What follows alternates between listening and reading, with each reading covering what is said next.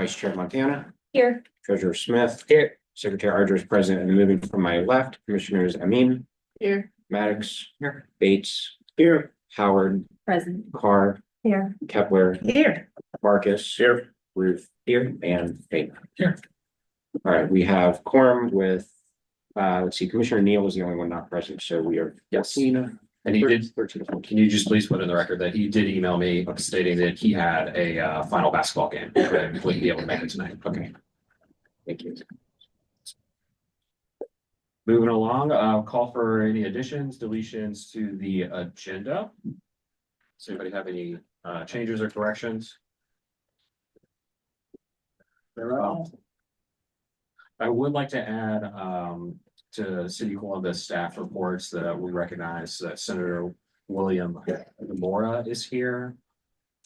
We'll be speaking briefly once we get to that section. Okay. And James, if I could just add, Sergeant Brophy emailed me and said that he would no longer be in his position here, and so he doesn't know who his replacement will be, but there'll be an open spot on the agenda tonight. Got it.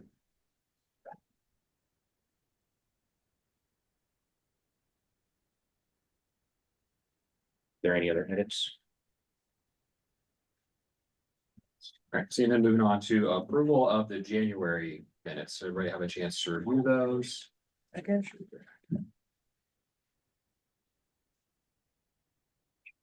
Any issues? Can I get a motion to approve the January minutes? Move to approve. Second. And Kepler, thank you. Hello, my name is Kisley Giles. I'm the interpreter. I'm a Spanish interpreter. I don't know if you can hear me. Here, I think we, is there any call for a voice vote just to approve? Yeah. All in favor of approving the January full commission minutes, say aye. Aye. Any opposed? Any abstain?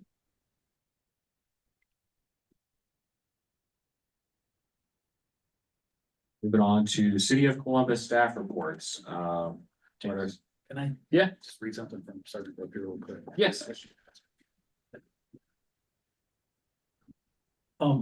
Thank you, sir. Sergeant Brophy sent me an email. He said he wanted to drop a quick line to let me know and the rest of the Greater Hilltop Area Commission that he has moved into a new role at the Division of Police.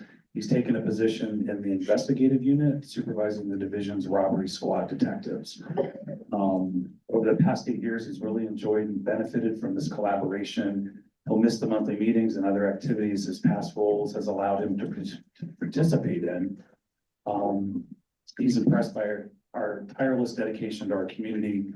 If I could also express his gratitude to the rest of the commission.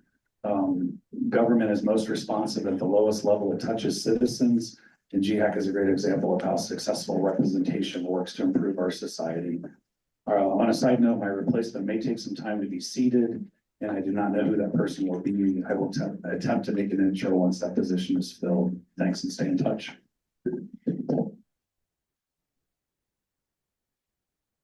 Thank you. Sure. All right, City Attorney's Office, Rob DeMorris. So Dorson. Yeah, thank you. Yep, Rob Dorson from City Attorney Zach Klein's office. First I'll check, is this mic on? At the top, there's an Switch that says on. So I think I missed saying something last month. I assumed that it was not news to anybody since it's been in the press. Greyhound, of course, back to doing pickups and drop-offs downtown. You will still see buses at that Wilson Road station, but they are not supposed to be starting or ending routes there. So hopefully that's a relief to neighbors in the immediate area. Couple updates, quick ones on a few properties. I believe since our last meeting, 94 Oral Avenue, immediately adjacent to the Camp Chase Trail, was boarded up for drug and theft activity. That case is set for a hearing tomorrow. It does remain boarded up. No one is supposed to be on the property other than the owner being permitted to retrieve mail once per day. If anybody's seen on the property, this evening at least, folks should call 614-645-4545 and let police know that will be up for a hearing tomorrow.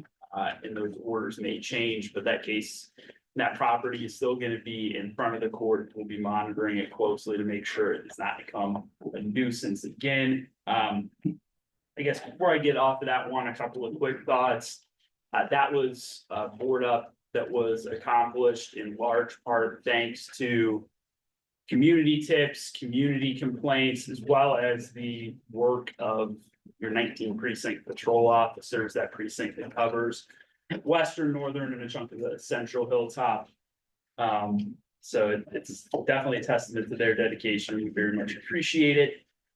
94 Oral Avenue is right across the street from 91 Oral Avenue, which was previously boarded up for drug activity over the summer, I guess, June of 2024.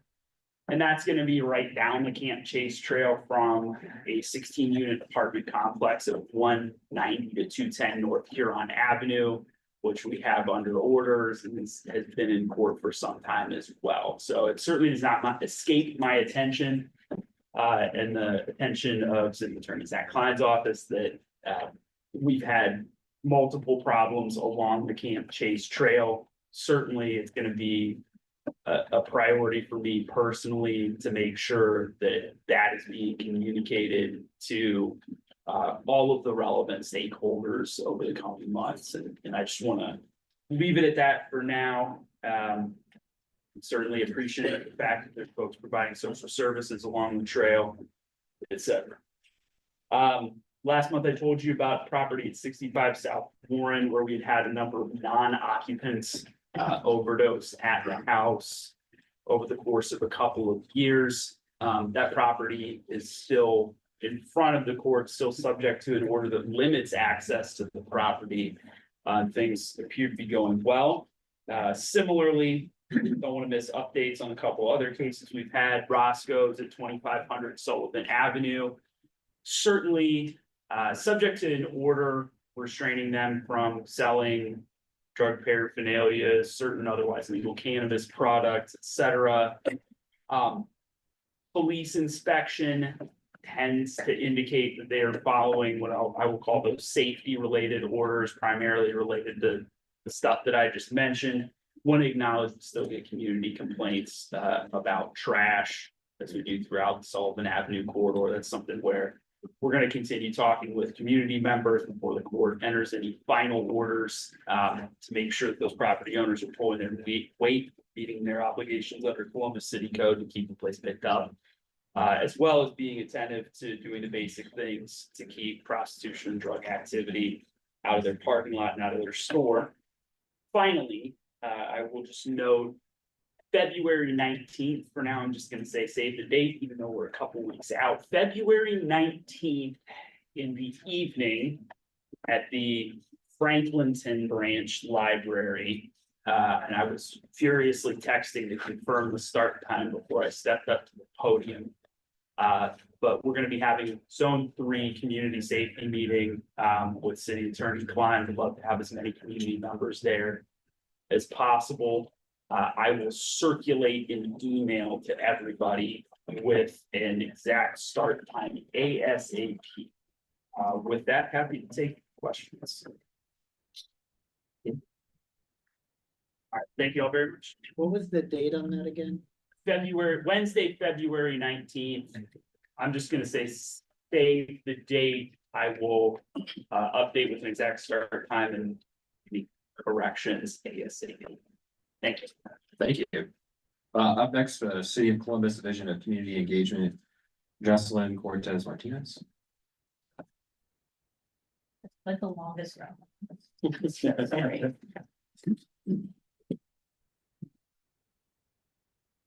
Hey, everyone. Firstly, so sorry for my tardiness. I did not clock the traffic well. Hello, everyone. My name is Jocelyn Martinez Cortez. And I'm part of the community engagement team for the Columbus City Council. I don't know if I can still say I'm new. I'm within like the first 6 to 9 months. So, you know, still pretty new. A few updates for you all. We do have a new council member. We welcomed Council Member Beatty last week, which We still don't have their confirmed team, ready to share with everyone, but we hope to have that as soon as possible. And as a reminder, Councilmember Beatty will serve 1-year term. And is just finishing out Councilmember or Prosecutor Favors, term. Another thing I want to share is that the Commission on Immigrant and Refugee Affairs application is now open. So this commission is new, and we have been working really, really hard to get this application open, and the Paraso de Padilla team has been working really hard on that. So if you are interested, or you know anyone who is interested, please visit our website to find out some more information. That application is open, but I do know that the date is coming up really quickly. I believe it's only open for about 2 weeks. I also wanted to share that yesterday there was a press release about the next phase of the Columbus Promise. The Columbus Promise, if you don't know, is an initiative to help Columbus City School students go to Columbus State Community College for free. I would definitely recommend looking into it. All of the things that they hope is in this next phase for the Columbus Promise is really wonderful. I also want to share, if you have not yet RSVP'd, to be sure to RSVP for our, I'm sorry. I don't know how to make this static less. So, oh. That's fine. Thank you. The Black History Month celebration and Poindexter Award ceremony is next week, February 11th at 5:30 p.m. at Council Chambers. We do recommend you RSVP, but we hope you all will attend. It starts at 5:30, but I do know that I think there's a program from 5:30 to 6:30 specifically for business owners to learn more about the minority business certification and that sort of thing. And then the actual ceremony starts a little bit later on in the night if you're interested in just appearing for that portion of the evening. It'll be absolutely fantastic, and I recommend everyone go. And then, let's see. I think that's all. Is there any questions? Anything I can help with? Yes, it's the date is for the Black History Month event is February 11th, 5:30 Council Chambers. And you can go on our website to RSVP. Yes, Thanks for being here. absolutely. Question regarding the next phase of the Columbus Promise program. You're moving into phase 2 or have recently. I know there was some discussion about leveraging what was learned in phase 1. Do you have a POC or anyone I could talk to about what were some of those best lessons learned from the first phase of this funding moving into the second phase? Yeah, so if you want to connect with me afterwards, I can try and see who might be the best fit. I do think that it might be Council President's office that might be the best fit to try and connect for some of that information. But I do know as well, for anyone else who's interested, that the press release had a lot of information about some of that data, like how many kids were able to go to see states and that sort of thing. So that has some great information, but we can definitely connect to get you some more information. I don't know what that looks like. Thank you. I'm a Columbus City Schools graduate, so very, very appreciative of the. Very cool. Yeah. Any other questions that I can help with today? Fantastic. Thank you. Thank you. And then up next from the Department of Neighborhood, OLBC, Eddie. Good evening. Good evening, everyone. Don't have too many updates for you today. Just the next training. It's actually a new training that we've put together called Area Commissions 101. It's going to be on Saturday, February 22nd at 9:30 p.m. or not 9:30 a.m. Excuse me. It will be at the Near East Pride Center. An email will be sent out either later this week or early next week to RSVP. It will be in person. And then second, there's a unique opportunity. We've awarded commissions $2,500 to be used between now and April 10th.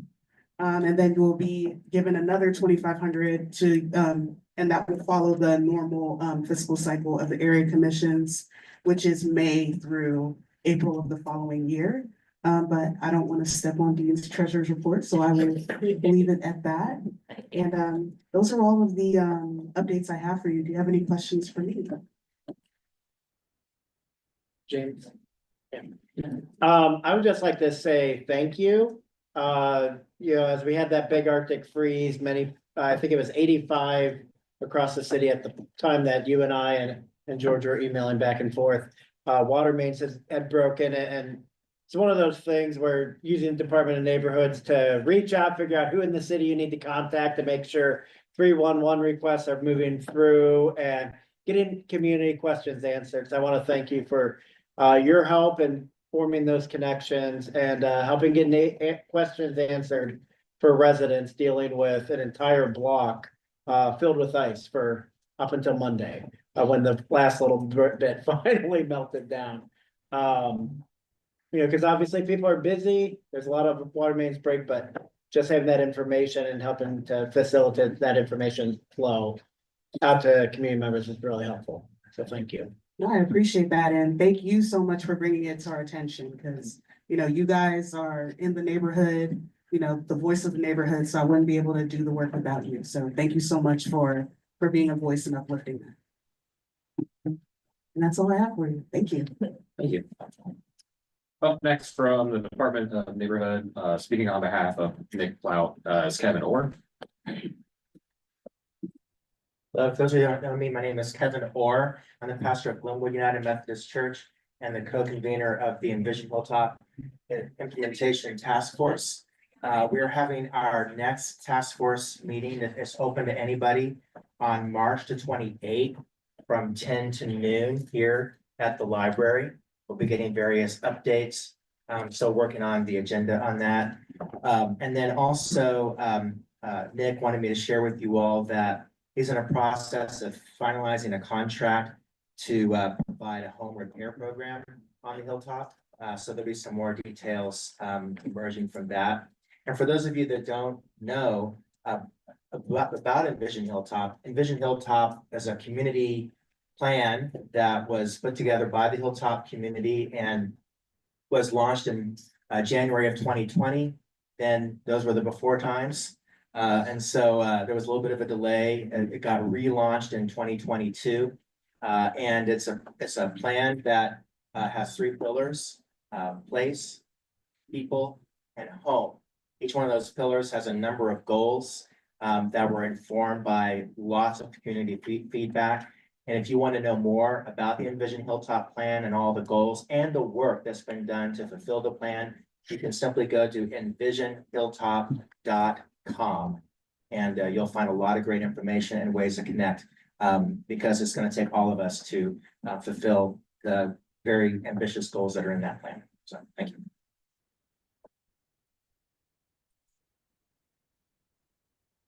Thank you. Up next from Hilltop Rise, Danny Benton.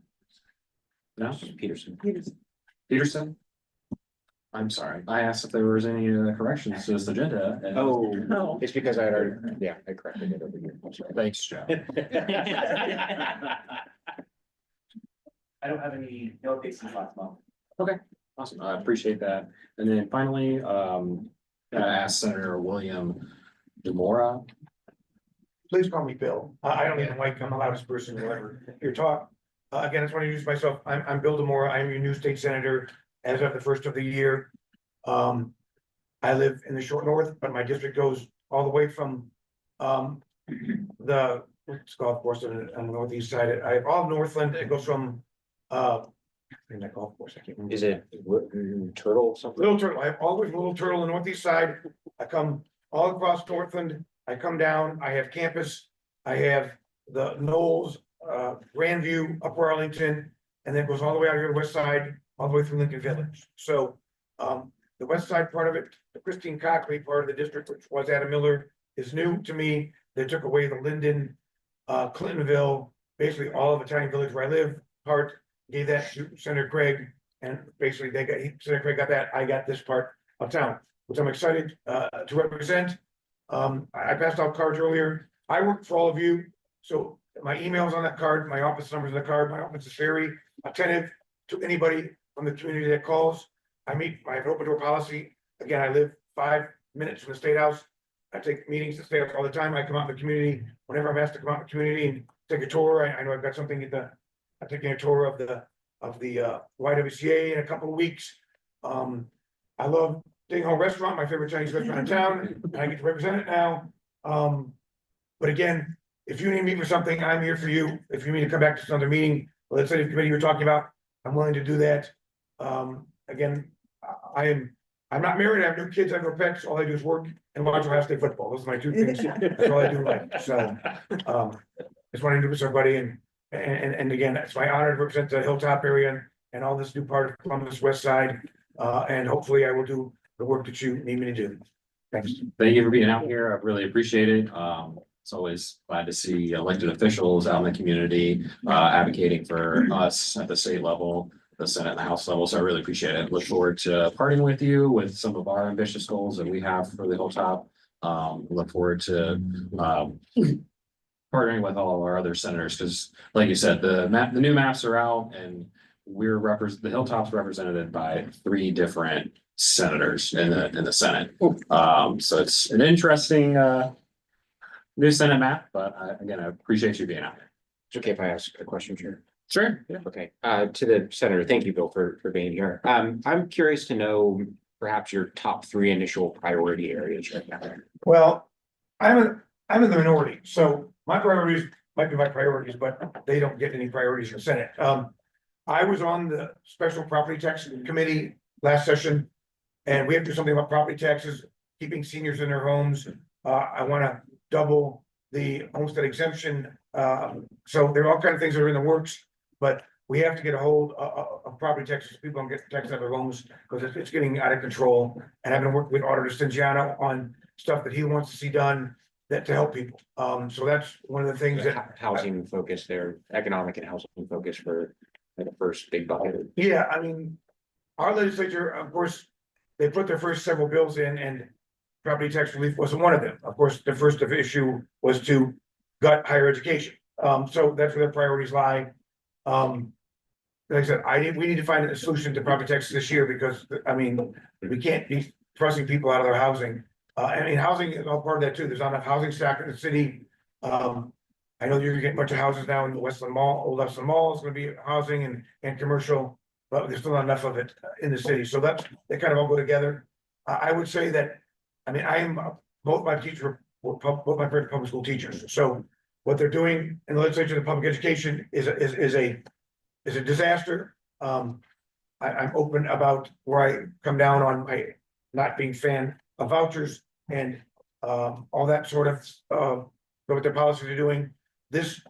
You will see that the legislature will put in money this year to build private schools with public money. It's coming. Of course, I don't support it, but that's where their money is going to go.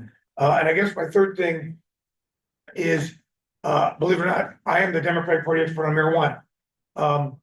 I have never tried marijuana, but last year I was the only Democrat on the committee that heard 85 people testify about the then marijuana bill. Now, and then it was before they went to the ballot box and became legal. And now, if you've read all the stories, the legislature wants to gut what the people voted on and put their own stamp on it, which flies in the face of what people voted on. So, you heard me, if you read any of the news stories about when it got introduced, I said, basically it's just screwing what the voters wanted. I'm very good at giving one-line quotes that use a little of language and usually make it to the paper. So, again, they want to start hearing that bill next week. They want to fast track it. The governor in his budget doubled the tax on it from 10% to 20%. They want to cut down THC levels, cut down the number of plants people are gonna have in their homes. And my job is, we voted for that overwhelmingly. And people ought to get what they want. So that's the thing I'm working on that I might have some influence on because we passed a bill in the Senate last year that was bipartisan. We want expungement for everybody that had a marijuana crime that's now legal to get expunged and have the state pay for that expungement. Not have any individuals try to pay for it themselves. So they won't get any Democratic support if that's not in it.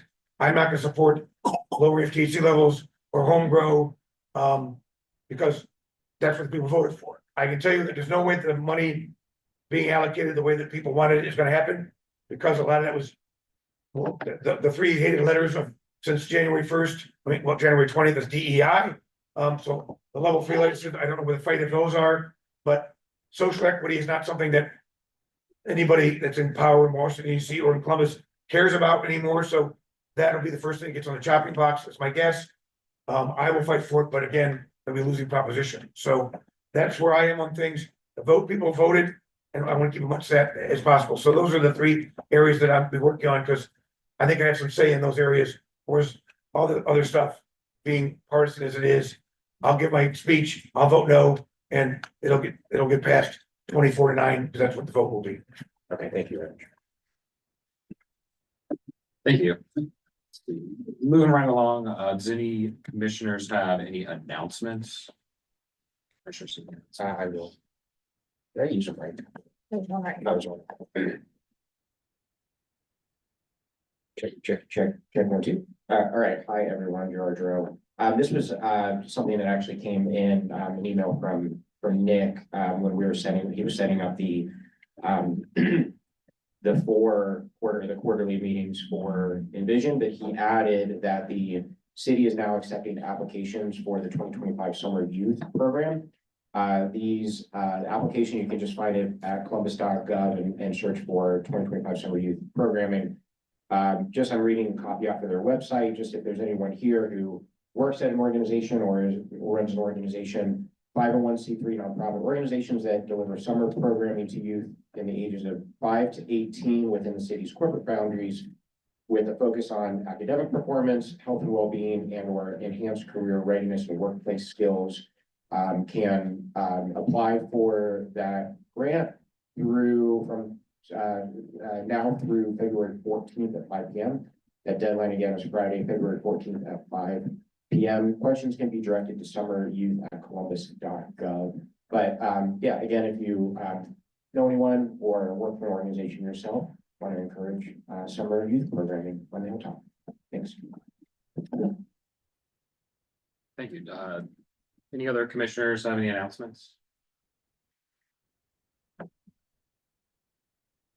Good evening, everyone. I just wanted to share that the organization I work for puts out a monthly newsletter, and it's available over on the table. One of the things that you'll see featured is our capital improvement program survey, which I imagine Dean will talk about later during the planning and economic development update. But there's a calendar of events that are happening here on the hilltop. So those are available on the table there, or if you run out, they're also on the table by the door. Thank you. Anybody else? Does anybody from the audience have any announcements? Right along. So we're going to be moving into presentations. We have one tonight from Wise Pathways from Columbus State Community College. Catherine Lopez.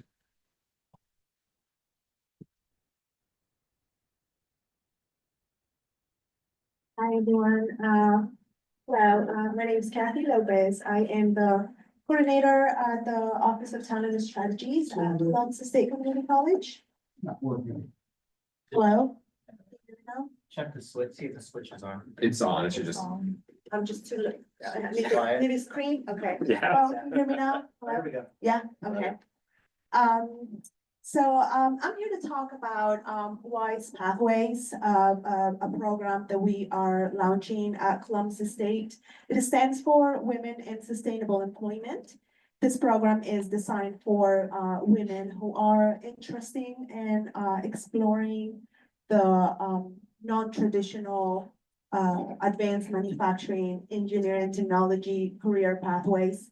It is a free program that allows the students to have an exposure to this industry. As we know, here in Central Ohio, this industry is rapidly growing, and it's an important location for companies that are looking for talent. And our job as for Columbus State is to educate, especially females that are interested in learning more about this industry. We have 7 sessions. That's what the program offers.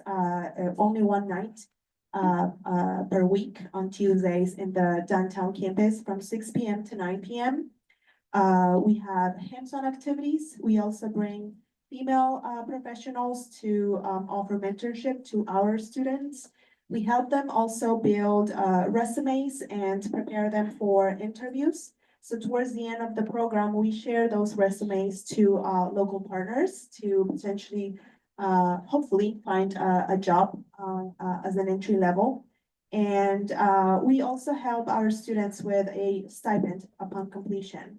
So I do please ask all of you to share this information with your organizations, members of your any community organizations you are part of, family, anybody. We have 20 seats. At this point, we're accepting 20 students and classes start on the 25th of February. As of now, we have 12 more seats open and applications are active at this time until the 14th of February. I'm leaving some flyers here for everybody. If you have any questions, please do not hesitate to send me an email. My information is on the flyer and there is also a QR code that will take you into the application process as well. Do you have any questions by any chance? Anybody? So do Hey, Kathy. So I'm just curious so for somebody going into this career field, what's the typical starting salary for someone in that advanced manufacturing, right? As a technician, that is a good question. I'm not quite sure. Don't quote me on this, but I think it goes up to 60,000 as an entry level. This is something that they will learn during the classes. They will be able to ask questions like this also. Yeah, I mean, I think it's just a great opportunity. Would you encourage people who are re-entering work, like maybe people who have criminal records or who are spotty work histories to still, or would they be eligible to apply and work in those positions typically? It will depend on the companies. Our goal for this program is to educate our community about this industry. We are happy to share those resumes with our employer partners. They all they all have different rules and it will depend on them, on their rules. Now, the profile for our students that will participate in this program is very broad. We welcome everyone from different backgrounds, different ages. The only requirement is that they are older than 18 years old and have a basic English level enough to understand the classes. We had last year we had students from 17 years old all the way up to 54. So it's very broad and we welcome everybody. Yeah. I just want to confirm, this program does not require a high school diploma or a GED, does it? Does not require a high school diploma either. Can you speak to, and thank you for being here, can you speak to the partner organizations that you've established so far? And what that's looking like in terms of, working with partner organizations to get that pipeline in for new employees? Well, I can tell you they're very eager to hire employees. We added this new feature on the program, sharing those resumes thanks to their request last cohort. There are many, mainly in the advanced manufacturing industry, but more focused on the bioscience and pharmaceutical area. Thank you. Of course. What day of the week is it? The classes are on Tuesdays from 6 p.m. to 9 p.m. in the downtown campus. And it's only one night. Any other questions, anybody? Yeah, well, thank you so much. I appreciate it. Thank you. Awesome. Moving right along to reports of officers. Myself, I'm going to start out. I'd just like to ask that the committee assignments, the chairs who are all sitting on committees in 2025 be added to the minutes for February. Yes. Thank you. And then lastly, I just want to thank everybody here, both in the audience and on the commission, to your continuous support of improving our community and ensuring that everybody has a seat at the table and advocating for positive and equitable change here on the hilltop as we continuously see redevelopment through, as we'll see tonight, through zoning and land bank. And again, I just appreciate everybody's continuous support and what you guys do here tonight. So thank you so much and keep up the great work. Moving on to Vice Chair. Ashley Montana. You have any? Secretary Joe Ardro. Nothing at this time either.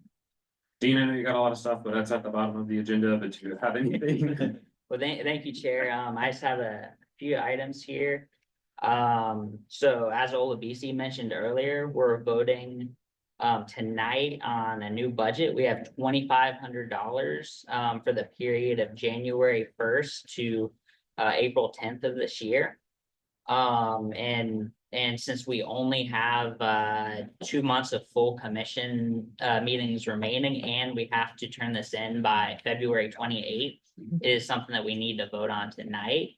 I've put up my proposal. And all 11 categories you see are mandated by Department of Neighborhoods. For consistency, I imagine, amongst all area commissions. And so the motion that I'm going to make tonight for the budget includes 200 for office supplies, 750 for marketing and social media materials. There in italics, you can see my assumption into that budget. Some of them very, very broad, just because we haven't really been able to have those discussions yet. So yeah, 750 for marketing, social media, 400 for subscriptions. That's something I calculate at the beginning of every year. So I anticipate that's how much we're going to spend through April 10th with a 10% buffer. And then I also added 1,150 for miscellaneous expenses, which includes a reimbursement to me due from 2024. Unless there's any questions, I'd like to motion to approve this budget. Any questions? And then I just want to add for the new commissioners, and those who may not be familiar with the process. So when we're talking about approving a budget, such as the one that's been presented, we are approving these general categories just because we have to identify where those funds need to sit. We're not saying we're spending all of these funds right this second, other than the items that are generally outlined, like over here for our subscriptions. So again, it may be shocking that we're going to be spending $2,500, but on average in past history, we've not spent the full $2,500. So again, this is something that the city requires us to do every year. This extra $2,500 is a nice little bonus, but at the end of the day, it's not something we have to spend for those of you who are worried about us just recklessly spending money. So I appreciate your work on this, Dean. You've always been very transparent.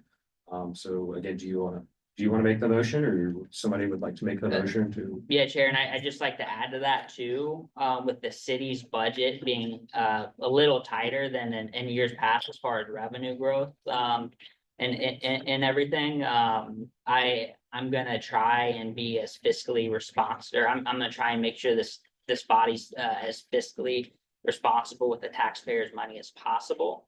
So I just wanted to say that before I made this motion tonight.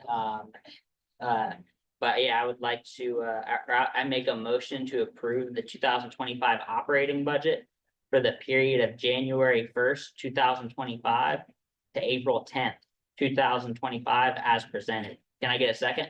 Second. All right, there's been a motion to approve the budgets in front of us. This we are going to ask Secretary Joe Ardro to take full vote.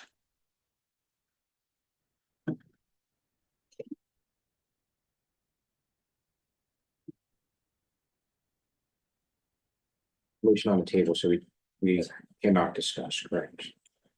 Correct. All right, we will call a roll for the motion as presented by Treasurer Smith. We will start with Treasurer Smith. How do you vote? Yes. And then working counterclockwise from my left, and then Montana, Yes. Archer is yes, Maddox, Yes. Bates, Yes. White, Yes. Howard, Yes. Carr, Yes. Kepler. Yes. Marcus, Yes. Roof, Yes. and Megan. Yes. So the budget's been approved. Yeah,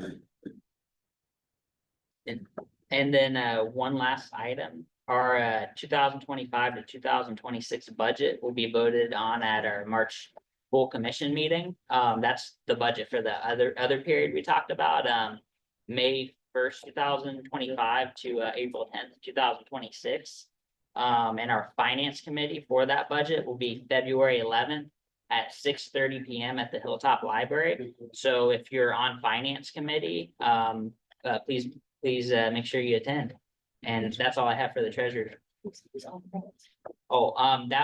And finance committee is composed of all of our committee chairs. So if you're a committee chair, you also duly serve as a finance committee member.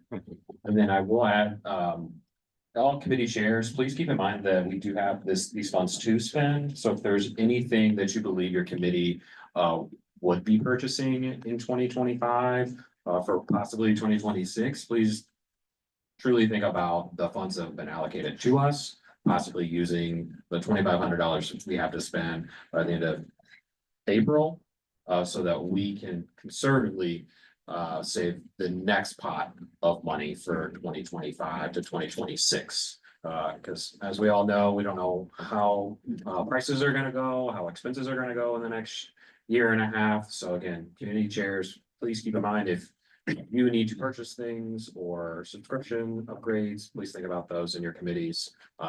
With the caveat that you will need to put in a request to spend those funds.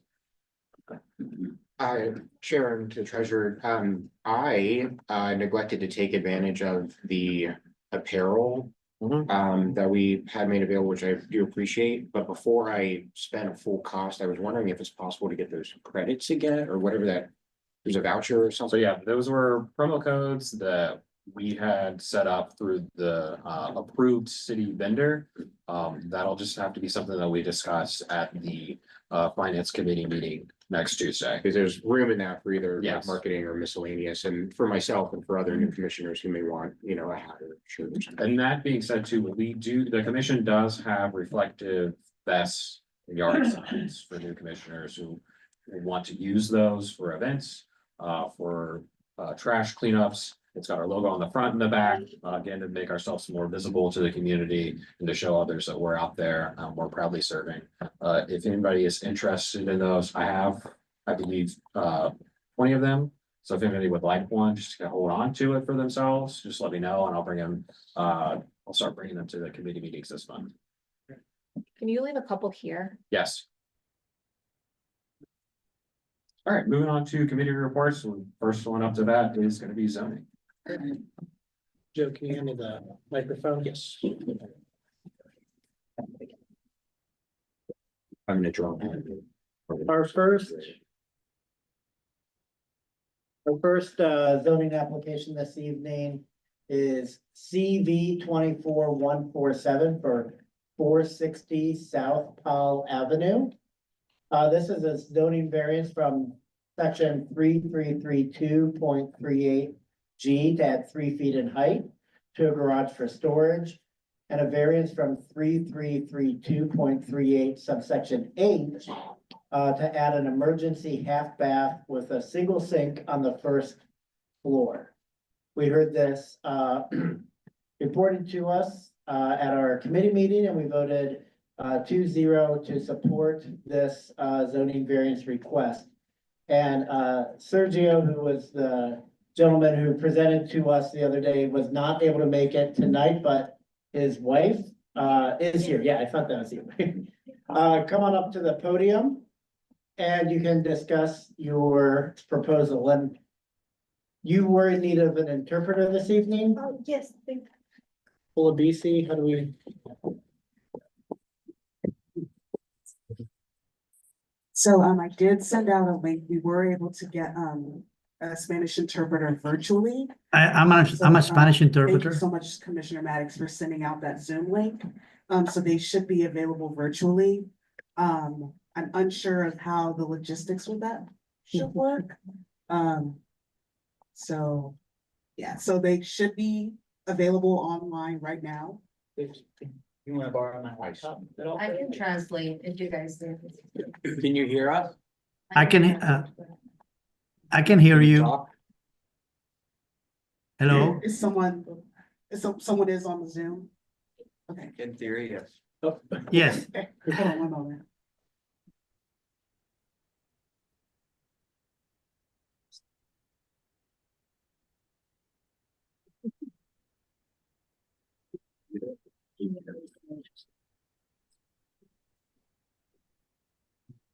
It's not muted. Can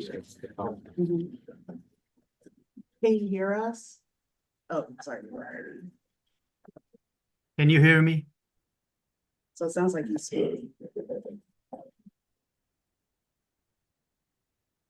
Can you hear me?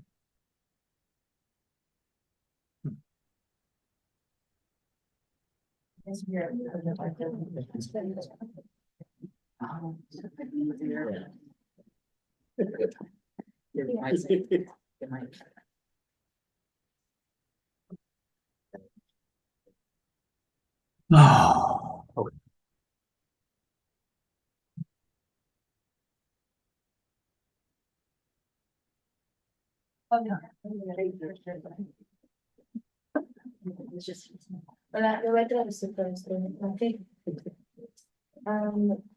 This is my cousin.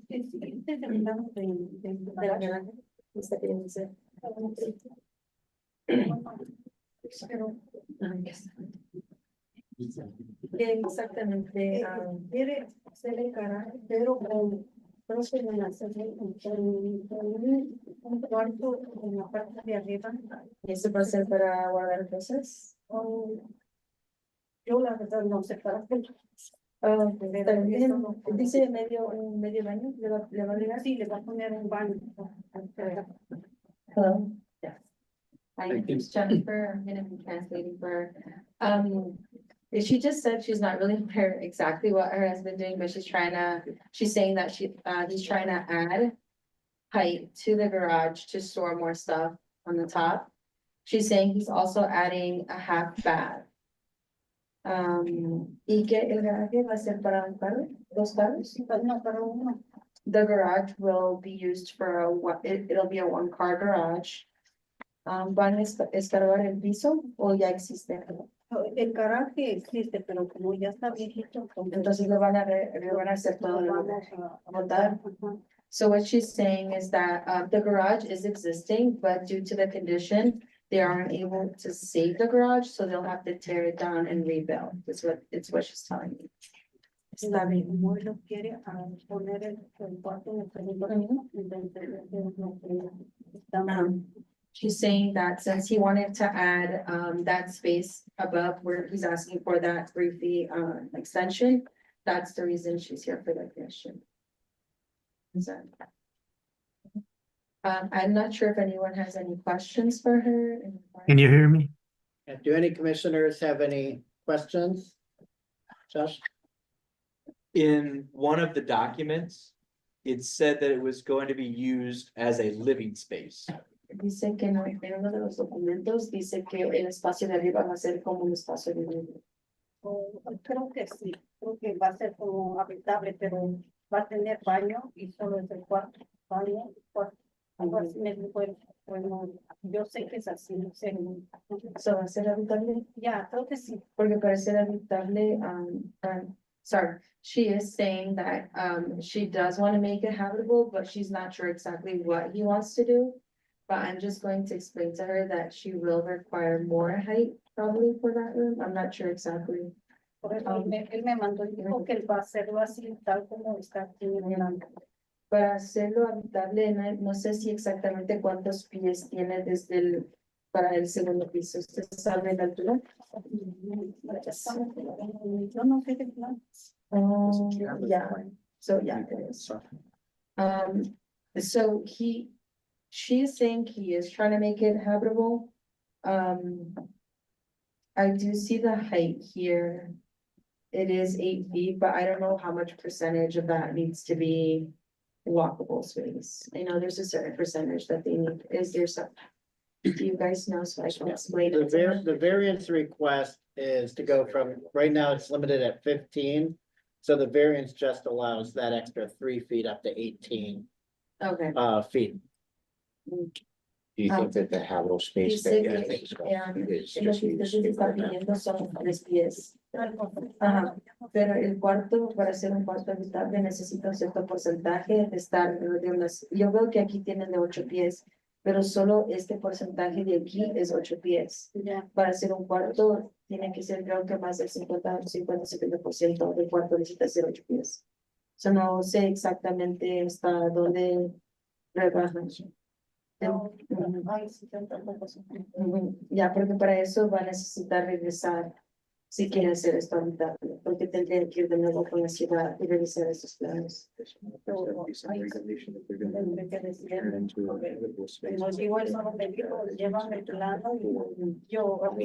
Sí, los 3 pies lo pueden aprobar. Que esto sea vivible, no estoy seguro si la ciudad lo aprueba. I'm explaining to her that the variance is for the 3 feet, but I'm letting her know that whether this space is habitable, that'll be up to, I'm assuming building department. That would be up to, but yeah, that would be my question. Yeah, is yeah, if They're yeah. eventually planning that. Right now, it looks like they're just planning for Well, storage, I'll whatever. include this with her that she has to be like transparent with the building department, and if she needs to come back, they'll have her come back for any additional variances that she'll need. Yeah, so right now, in the paperwork that we received from the city, there's the 2 variances. The one was for the 3 feet. And then the second one, because of the half bath, the toilet and sink that are gonna be put in, that's why they classify it as a potentially habitable. Somewhere in We there. understand. Habitable space is just because of that extra bath, the toilet and the sink. Okay, And is in that there, so something- just by adding those in, they use that language around potentially habitable. okay. Yeah. Lo que él está diciendo es que, lo que usted haga, lo que usted vino aquí hoy día es para agregar los 3 pies y agregar ese medio baño. Entonces, lo que él está diciendo es que, en estos términos, y están queriendo decir que esto va a ser como garantizable. My other question, sorry, just, I don't know, I know she's gonna have it, but if it's using it as a 1-car garage, how would that would probably also be the building department, right? Like, cause how would they make it habitable if there's, Right, so yeah, if it's, with it being a 1-car garage, as we talked to your husband, he said, still keeping it the 1-car garage. And then just having it predominantly be used for storage and having that extra bathroom when relatives are visiting and events are going on and things, having that extra bathroom is always lo helpful. que su esposo dijo es que, él va a usar el garaje y que esto a partir de arriba lo va a usar como un espacio para guardar cosas. I mean, I'm fine for Ajá, building that. porque el momento que usted hace esto habitable, ya no va a ser el garaje, esto va a ser como una vivienda, ¿me entiende? Es muy complicado, yo lo he hecho, es muy complicado, no es imposible, pero si usted quiere, si su esposo lo quiere así, dejémoslo a un garaje y un espacio arriba para guardar cosas. Así lo dejemos, para que ellos aprueben los 3 pies y el baño que va a ir ahí. Sí, está bien. So yeah, she's saying, if the city does require her to get anything, I'm just gonna let her know that as well. But she said, yeah, like her husband just wants the variance for the 3 feet and the bath is what she was, for the half bath. Yep. Is what she was told as well. Cualquier cosa, solo verifique con el departamento de de hacer los planes, donde sacar los permisos y cualquier cosa adicional, ellos igual si tienen que regresar, pues para regresar. Okay. Yeah, déjame ver si tiene más preguntas. Any more questions for her? Yeah. Commissioners, are there any other questions? Yeah, Carla? Is the property being used as a rental? Está preguntando si la propiedad está siendo usando como algo, un alquiler. O usted, usted vive en la casa principal. Nosotros vivimos en la casa principal, pero el garaje Sí. está feo, lo queremos arreglar. Okay. She's saying she lives on the primary, this is her primary residence, but just like she said, the garage doesn't look good, so she wants to get it fixed. There's just a rental contact on the auditor's website for the house. Dice que en línea, dice que está puesto como si usted estuviera rentándolo. No, nosotros vivimos ahí. No, she's saying she lives there. Sí, como tenemos dos carros, el uno pasa en la calle y el otro pues, también lo metemos atrás, pero no. Es un rental. Yeah, she's just saying that she has to park one of the cars out front and another car next to the garage, but not inside because of the condition that it's in. I guess that may just be something she needs to update on the auditor's website that she is the homeowner. Déjame ver una pregunta más. Yes. Have you spoken with any of the immediate neighbors and do they have any concerns about your project? Está preguntando si usted ha hablado con los vecinos de al lado y si han tenido alguna pregunta del proyecto. Dijo que sí ha enviado las cartas y que no ha habido respuesta de nadie. Okay, she said that he has sent out all the mails, the neighboring homes, and nobody has responded, so he said they were sending that, everyone's on board with it. I could see why you would want it to be fixed, just in its current state. It'd be safer, yeah. And this is the alleyway a lot of us drive through if you're going that way, right up out of the library. Es la parte hacia Sí, atrás. es la parte de atrás y como lo ves está ya deteriorado. Sí, es lo que dice, pues, necesita. Sí.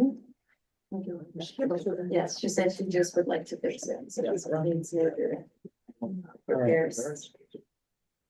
Any additional questions from commissioners? Any questions or comments from community members? Seeing none, I'd like to move that we approve these zoning variances for the 3 feet of additional height and a variance from which is subsection G and a variance from subsection H to allow the half bath with a sink and 1 toilet on the first floor of the garage. Do I have a second? I'd like to second. 10 seconds. Okay, we will go through our roll call, and we'll start with Chair Bates. Yes. And then I'll start over with Commissioner Fagan this time. We'll go the other way around. How do you vote? I vote yes. For variances. Commissioner Roof? Oh, yes. Okay. Commissioner Yes. Marcus? Yes. Carr? Yes. Howard? Yes. White? Yes. Maddox? Yes. C? Montana? Yes. Smith? Yes. And Emmy? Yeah. 13-0, Joe. Yes, yes. If you no opposed, no, no opposed, no abstained. So she's just wondering if it's all right for her to leave. Yeah, Yeah. so thank you so much. And I will send the form into the city and they will begin to follow up with you on next steps once they receive that. Dice, se lo agradece y va a mandar los papeleos a la ciudad y ellos tomarán el próximo paso para esto. Está bien, gracias. Ya. Sí, no tiene que esperar aquí, ya se puede ir directo acá. Muchas gracias. And she has been so well behaved.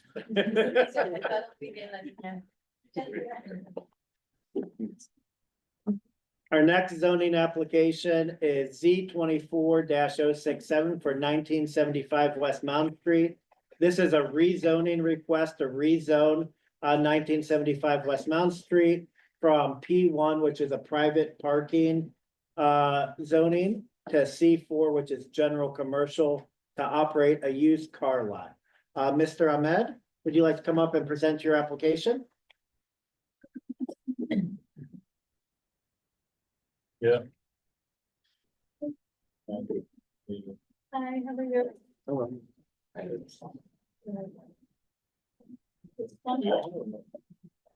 There's a delay once you turn it on.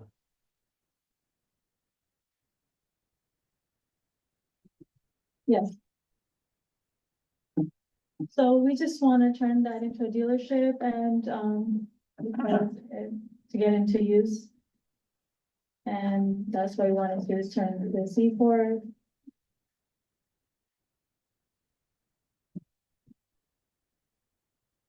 When the committee heard this, we voted 0-2 against this proposal. For various reasons, including the looking for more community input around the idea of car lot being used in this location. And the thought that there are already many car lots throughout, used car lots throughout the hilltop that have had problems and have been an eyesore and other concerns. So that was the conversation in the committee. Dan, feel free to jump in if I missed anything. But I'd like to open it up for questions from the commission regarding this property. Is there anything about the site overall that's changing, such as the buildings, the No. pavement? No, Okay, so you just want it reclassified and Yeah. then you'll just do internal Yeah. renovations in this the is just building? like a private parking lot. We just want to use it as a commercial. Okay. What are the other, are these two buildings still occupied? Yeah, Okay, so you would just use the parking lot and yeah, then just possibly- that area. Okay. That's not like commercial area, it's just part P1. Gotcha. The other one, the C4 already. Okay. Yeah. Carla? I have just a couple of questions. Do you, have you received any, code violations on the property? Are there any environmental concerns? The parking lot looks like it's in pretty poor condition. No, we already clear everything. We fixed everything, it's just the trailer that's there, but we're still working on that. Because that's why we want to rezone it, because we want to keep the trailer there. So you want to intend to use that as the office? Yeah. Yeah,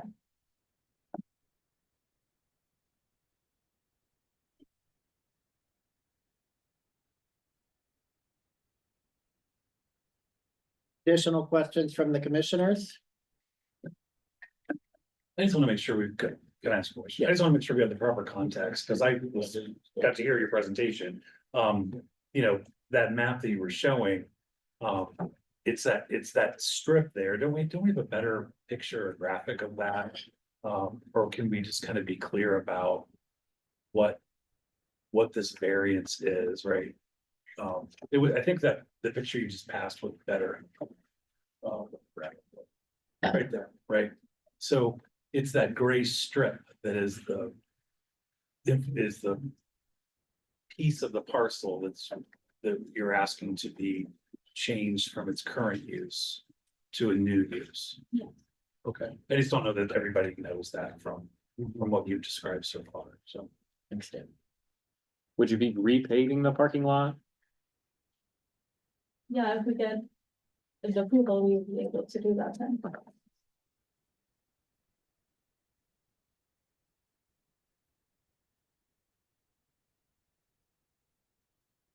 Dean? So I have two questions. The first being, can you describe a little bit your business model? So, you know, what types of cars are you looking at selling? You know, what like financing methods are you looking to offer customers? Just use car like. Used cars, Yeah. okay. And then I know we talked about this a little bit already, but are there any other sorts of improvements like fencing or Yeah, of course, lights? we put a fence around it when they approve the for the dealership. That we have to put fence around it, because we don't want it to be like this. Okay. Yeah. Because we already fixed the back alley and we fixed 4 parking lots, they gave us 4 days and I got the 4 lots month. And I fixed whole alley in the backside. Whatever they ask for, we Whatever fix they that. asked us, we are already done everything. Now they want me to remove the trailer, they told me you have to change the zoning. and I want to pay the $3,000 fees. So they told me this is non-refundable. So if I pay like $3,000, and they not prove it, I lose $3,000 for it. That's it. That's why we are here. So we just want change the zoning, so they keep the trailer there. It's just a little strip that's not even like, just P1 is not used at all, like the whole other area that we have is P4, but the next one is. So we just want to get it all in one zoning. And I know you guys are interested more in turning into a car lot, but have there been any other business ideas that you've had? Maybe in the future, maybe we focus something else in the future, But right now, we just like, oh, this waste of place, so we try, like, use for something. Thanks, that's very helpful. Terry? Yes. How many vehicles do you plan on having on that particular lot at any given time? Maybe 5, 10. This just like, side business. Just like the beginning, we don't have like it's not established, or when it's established, maybe more, but like until like 10. How many, if after you're established, say you're established, how many cars then Maybe would you think? 15, 10, 15. Yeah, not more than that, I don't think so. Okay. Question. What we were just discussing here is just how you get on and off that lot. Looks like a public access alleyway that goes behind. There's no curb cut for that lot specifically, so you're using the food mart lot. Is that the primary intention? Do you know, is there gonna be any signing that you're gonna be looking to implement? Any sort of way that the public would know that you're operating a business? Yeah, we could put down a sign right there, that, if you want to enter you have something there, like to pave the way. To enter the lot. It's directly next to a home also, so that the house would be squeezed in by sounds like a small operation, but still an operation with hours and lights and things like that, plus a school. Have you spoken with the residents of that white home about this? And He's my customer. He come like 10 times a day in my store. So getting cookies, I'm sure. yeah, he say he don't care. I talked to him already. He say I don't care. And even on the other side of the school, there is very close to the house. I have a video for that too. There is another dealership on the other side. Then Commissioner Bates, if you could just kind of reiterate what the ask is here, because we don't have a site plan. We're not approving a site plan. You just kind of get us back on track to get this moving on what the ask is. Yeah, so the ask is to rezone this property to this gray strip that's right here from P1, which is private parking, no structures, no charge, into a C4, I believe. C4, just want to make sure. C4, which is general commercial. So once we approve this to be a C4, any host of project proposals that fall under that C4 classification could be put into this on that strip without having to come back before this commission. But currently the trailer is not in compliant with the current Correct. zoning. Right. Yep. So it sounded like that.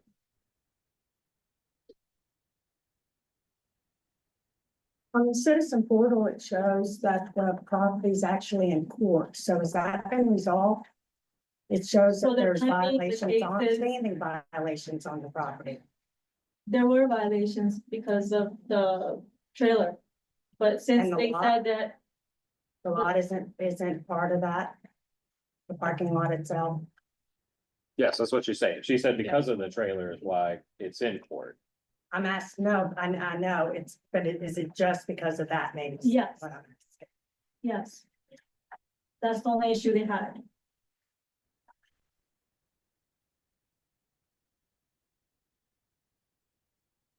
Are there any additional questions or comments from commissioners?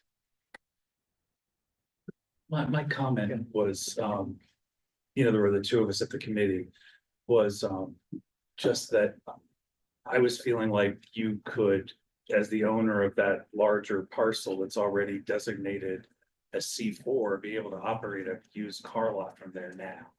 Right, and it's hard for me to get past that, right? Like, you could do that now.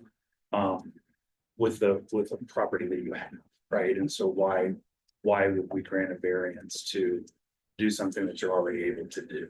I think that's just, I'm kind of sharing it with my peers. That's the hard part for me about voting, positively to say, let's change the sign.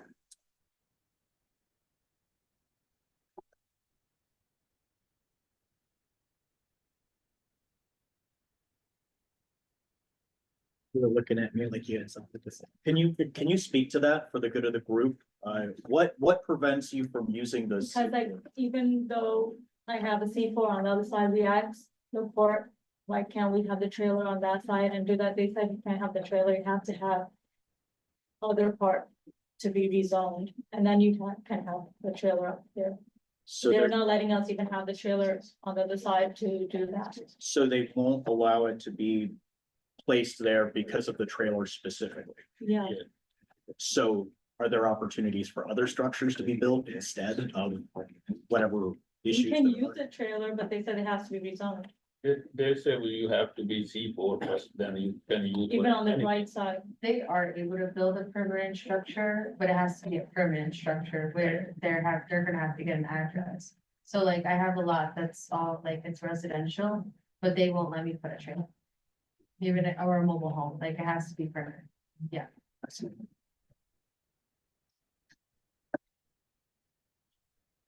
There's an image just going a little back in time on the street view to October of 2022 that shows Via Pure Auto Sales with a 2614 phone numbers and 1, 2, 3, 4, 5, 6, 7 cars and trucks plus like a sleeper trailer on that property.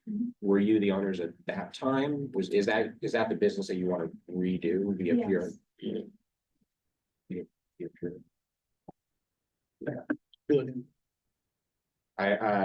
October 22 is just the version there.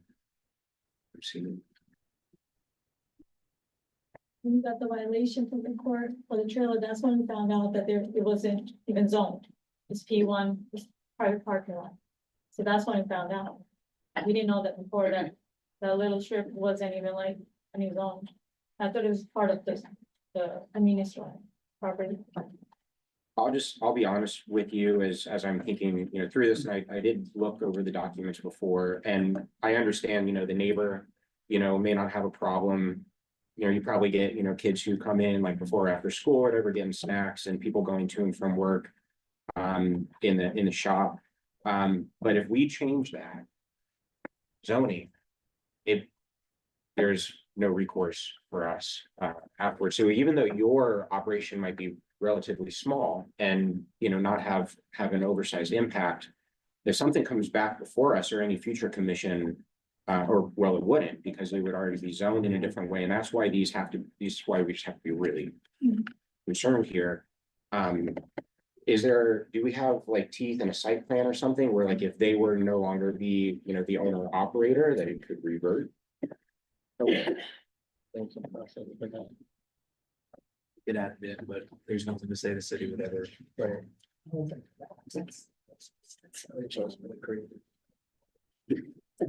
Figure all that out. Are there any questions or comments from community members? I was just gonna ask if we can pass around the mic, because it's just kind of hard to hear the comments.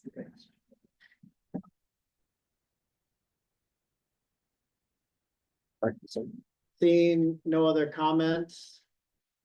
Oh, one comment?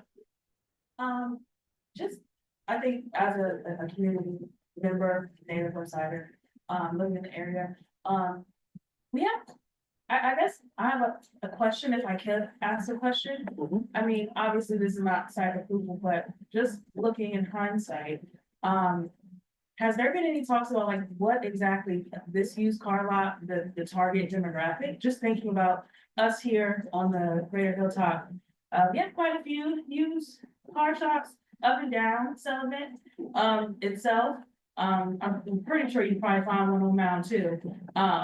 So just a little bit more about like the vision sought out for this.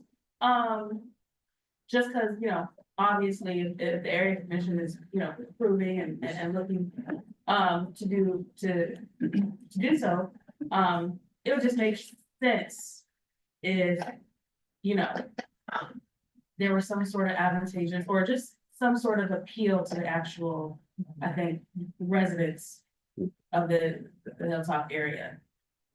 This is just my thought process. Thank you. And it's just so awkward in between the residential and then the school. I do agree with Mr. Thank you. But I would agree with the saturation point that we are at with car lots. And I actually did a study probably in 2020 and saw how oversaturated we are on particularly 5-year pay here lots, which can be problematic for the community. So I'm not seeing the vision here for this either. To that, because you've done this study, could you make that available to us in some way? If I could still find it, it was done several years ago, but yes. The reason I bring this up is we're going to have more questions like this. We need to know all of the ones that are out there, where they are, before we can, I think, have a really informed conversation about adding more used car lots or any car lots or whatever. Thank you.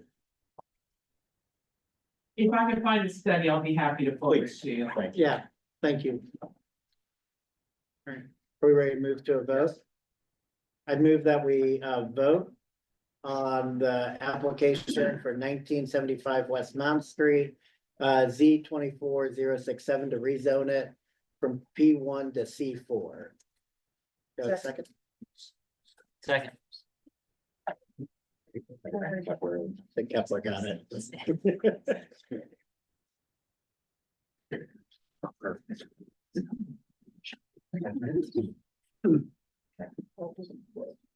Okay, all right, so, yeah, we are ready here with the roll call, and we will start again with our chair. No. Okay. Then I'm gonna move from my left with Ms. Amin. No. Smith? No. Thank you. Montana? No. I'm also opposed. So, it matters. Unfortunately, we have too many at this point, so no. Commissioner White? No. Commissioner Howard? No. Carla? No. No. Kepler? No. Marcus?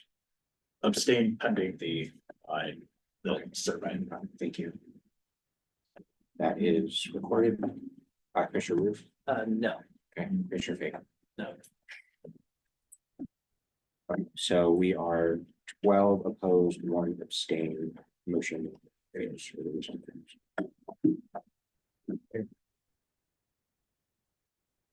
Well, I'm sorry the vote didn't go your way. It's gotta be tough. Think about the project, you know, different options and things you can do with the parking lot. Having, kind of a more detailed site plan. Yeah, I think there's just a lot of concerns right now about used car lots in the Hilltop and some of the negative impact that they have had historically, which, might not be fair to, new efforts, but based on the history that we've had in this community. Also encourage you, as you're looking what to do with the property, our planning and economic development committee, they got a lot of fun ideas floating around and opportunities and things. So I'd encourage you to connect with Commissioner Dean Smith over there to have some other conversations about other innovative ways to develop the property. As well as Hilltop Rise. And Hilltop Rise and lots of folks that have some great ideas. Thank you so much. I just wanted to know if we do a C4, we can't go with any other idea? I mean, we just can't get a C4 then, or we just can't have like a used dealership there? So right now, we voted to oppose the C4 rezoning. So then you can go and look at other, if you had a site plan for a different kind of business and things, you could submit that, and then we might consider a reclassification at that time, if you were gonna, redevelop that entire section. But it would have to be a new proposal. Okay. All the way out to get a new application, everything. Yeah. Okay. Thank you.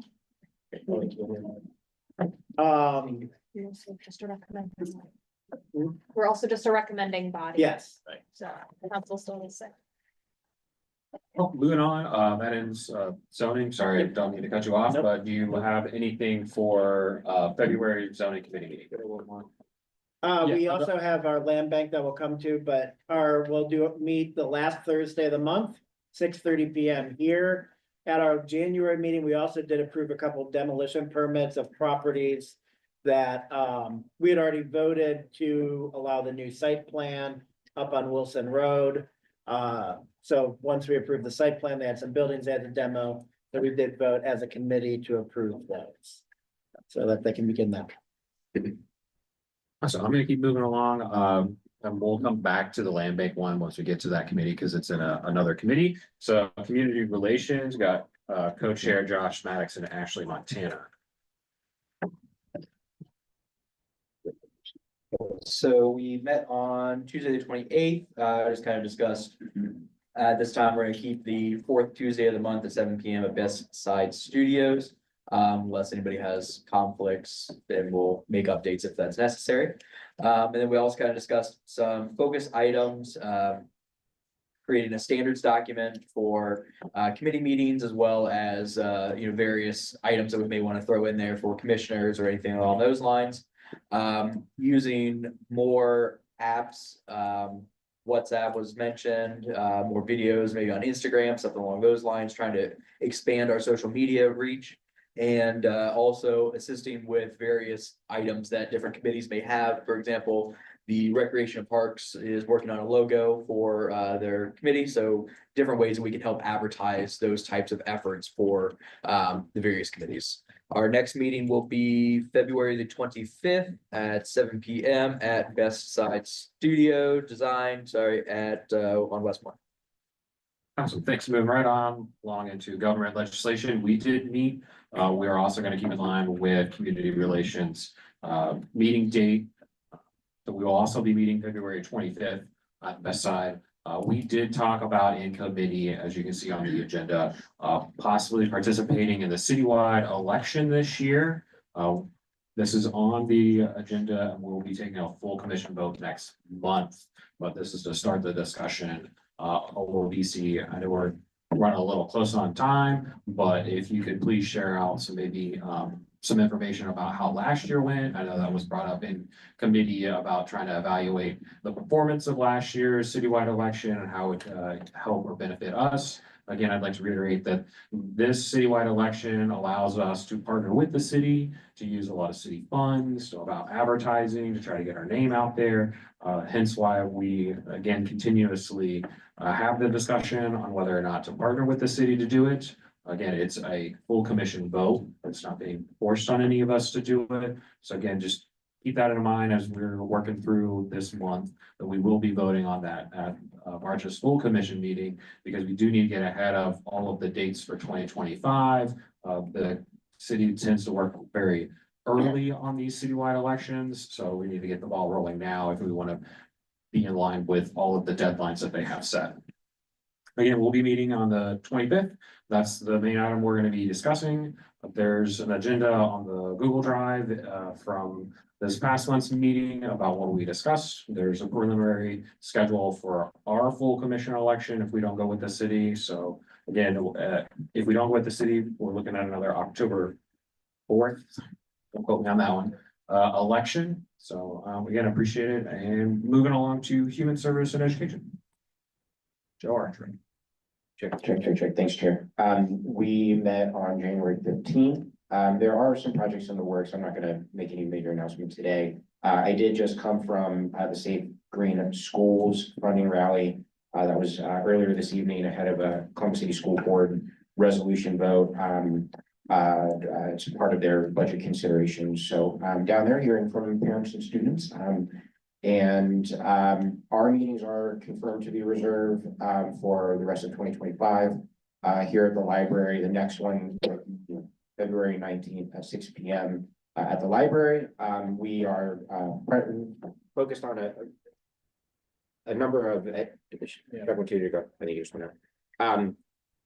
Education has been a top of mind because of conversations in potential school closures, as well as leveraging federal dollars for green infrastructure improvements, things like solar panels, electric bus fleet, and others, as well as a number of human services related things, since this committee covers both of it. More announcements later in the year, but again, February 29th, February 19th, 6 p.m.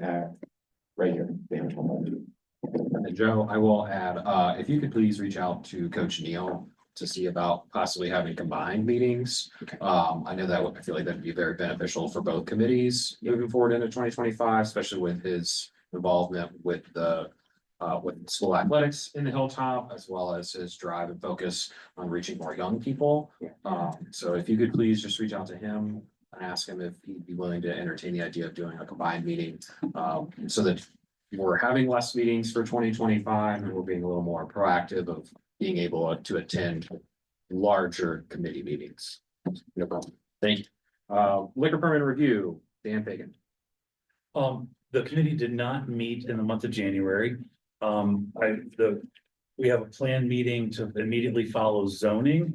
In their meeting, which is being held, I just shut the calendar, 26. On 26. Thank you. Wednesday, February 26th. Zoning starts at 6:30. As soon as that committee concludes, we'll start the liquor permit review committee, and it'll be here at the Hilltop branch of the Columbus Public Library. Just really quickly, the liquor permit review committee, at our website, you can kind of find what its role is. Our committee collects information on the permits being issued, pending, and with violations in our area to share with the greater Hilltop. And so we want to help inform residents about the permit process and the opportunity to bring concerns forward regarding issuance, transfer, and renewal of permits. We seek input and want to collaborate with residents and neighborhood groups when written concerns and in-person testimony are needed to support the denial or conditional approval of permits. So that's all found on our website if you want more information, but that's my report. Thank you. Moving right along to Planning and Economic Development, Co-Chair Dean Smith and Ashley Montana. Thank you, Chair.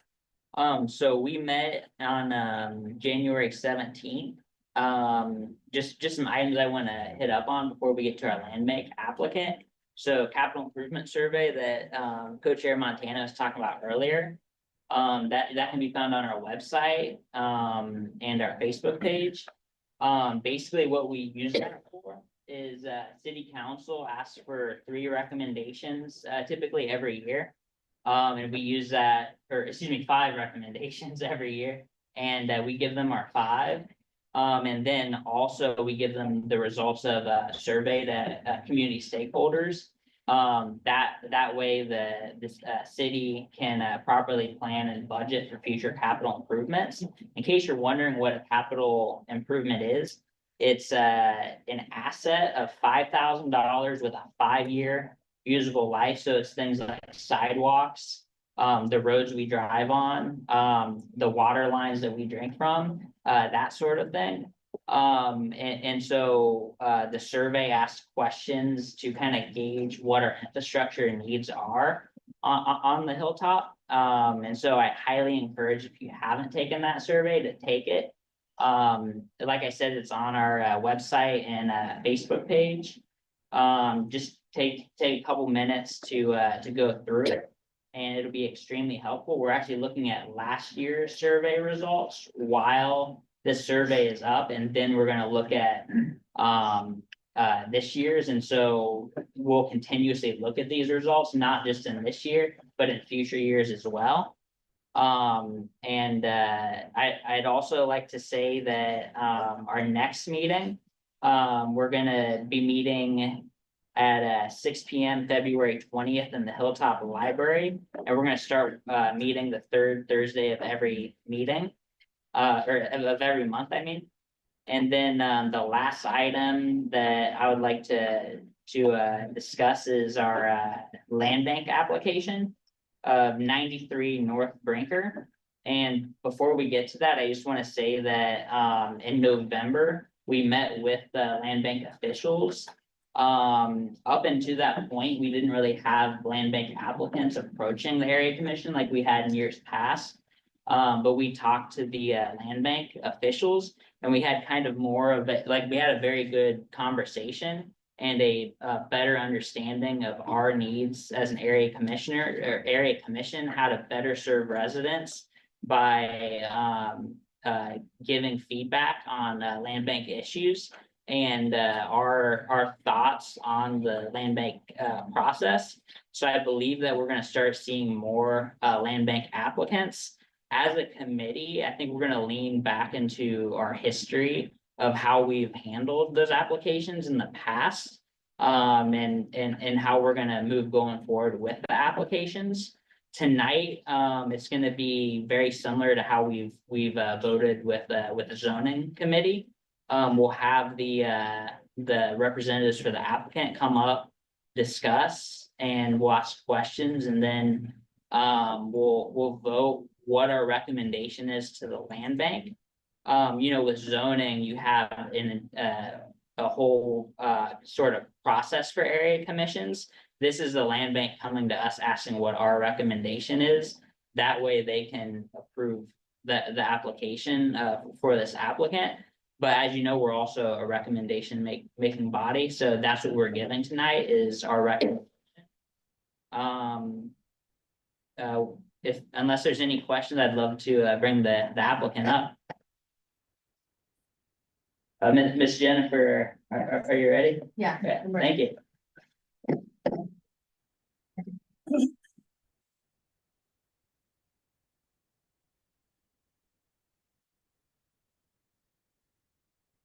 I give it a minute. Hello? Yeah. Got it.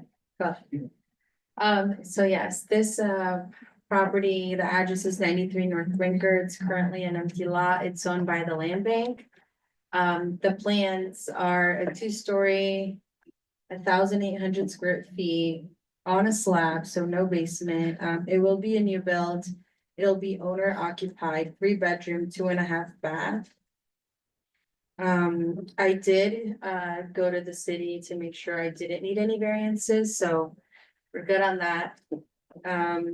We will be adding a 20 by 20 parking pad in the back for a 2-car.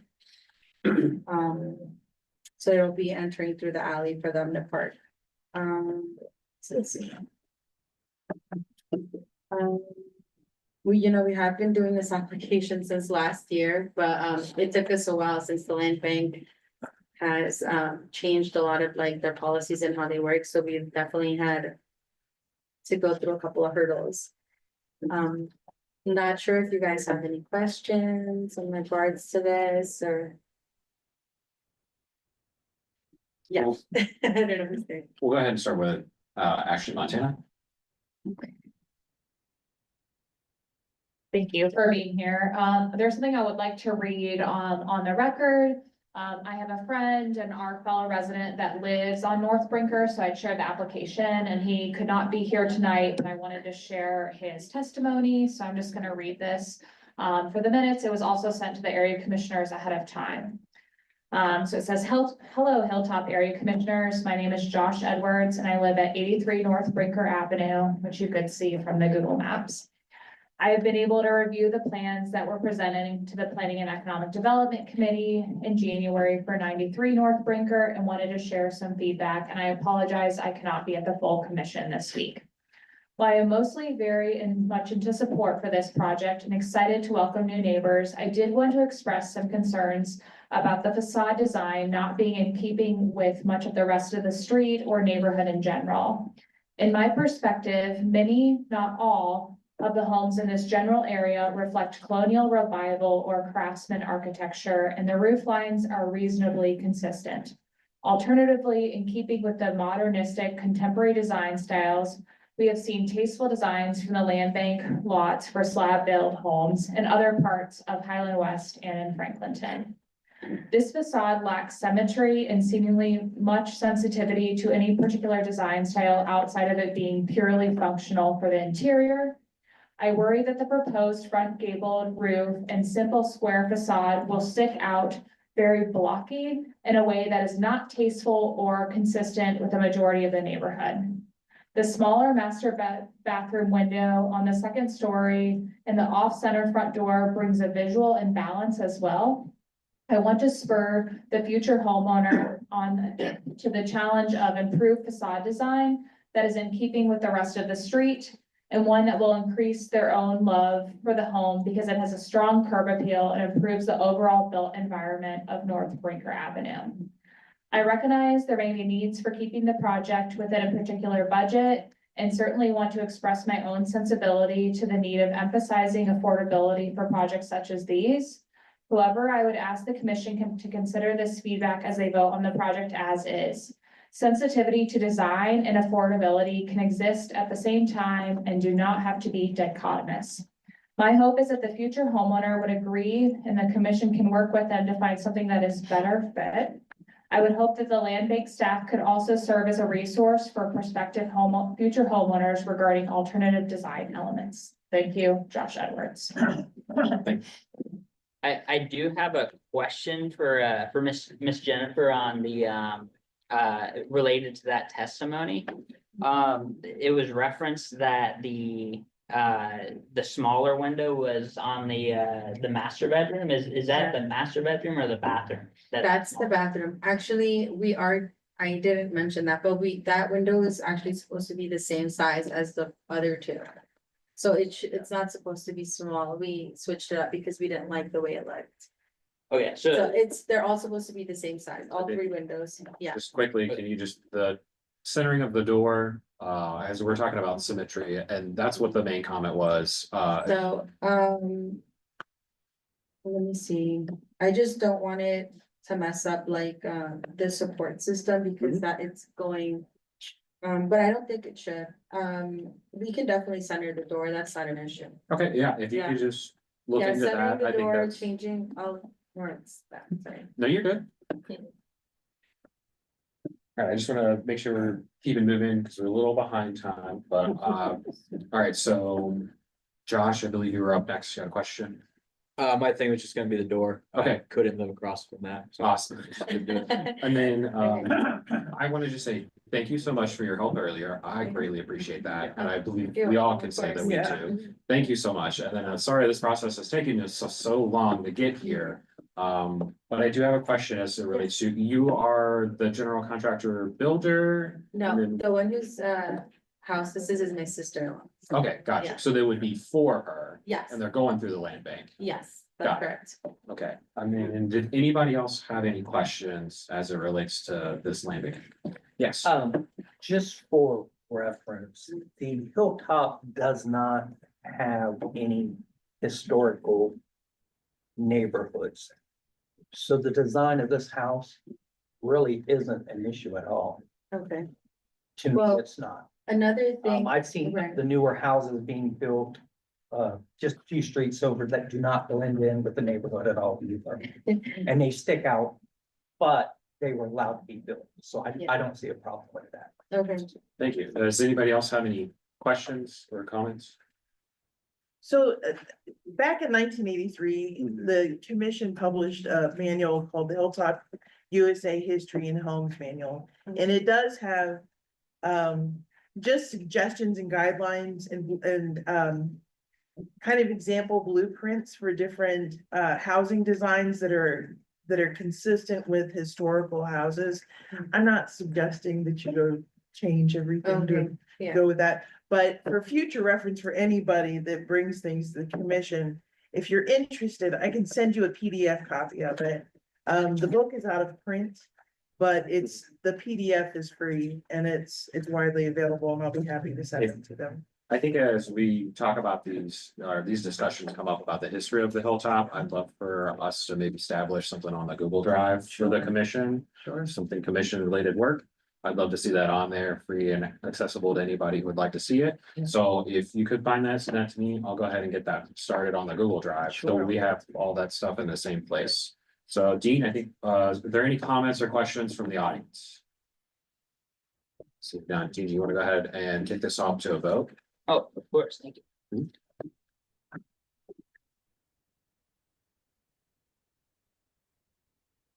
I just pull up my notes here. Can I make one comment before we have, a motion? Of course. I did go and reference the C2P2 guidelines, which are just guidelines. And I just want to mention, for your knowledge, I'm certainly in favor of housing, but the design, this is in the single and 2 unit residential design guidelines section. Number 2, the design and character of new development, including homes, additions, and garages, should be appropriate and based on the principal and nearby structures in terms of height, width, setback, lot coverage, roof pitch, and then other, which, comment from a neighbor nearby is in generally keeping with design guidelines of nearby houses. And I'm just looking at the street. And again, I don't know that this is going to necessarily sway anyone's, but as you're moving forward with this, looking at the street, there are very few homes that have like center high roof like that. They're all, I mean, there's maybe one that's across the street, but like, Well, the one right across the street, yeah. I guess, yeah, there, but there's usually something that breaks up some sort of visual appeal with it. So. Mr.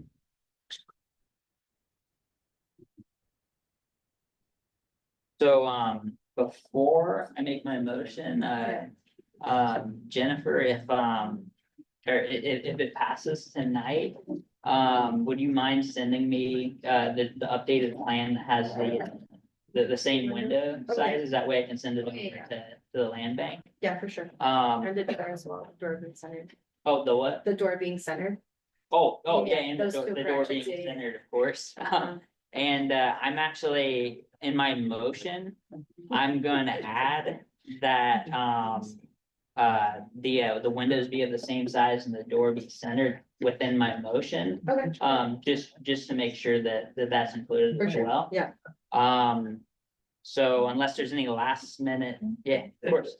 Just for clarity, because I wasn't at the committee meeting, so the land bank is asking for area commissions to review site plans, what these parcels are gonna be used for, and then we're supposed to give a recommendation whether or not we would recommend moving ahead with that or saying no, go back to a drawing board, or we don't want to approve that. So it's not only, I'm asking for clarity, it's not only the use of that parcel, but it goes into design and it goes into structure questions also.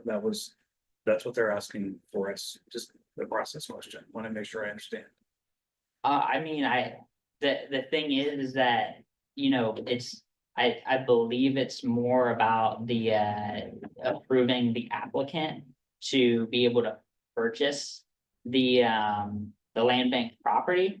And so, while we're in that process, asking these questions about the intended purpose and design of that property, I think are important. They're not necessarily what we're recommending, but it's more just approving the applicant, so. Okay. If that makes sense. Yeah. Yeah, something that came up during the meeting where we had the land bank staff there was kind of the purpose of the land bank of maintaining affordable housing. And so there are really, and correct me if I'm wrong, Jennifer, because I know you were in the meeting too.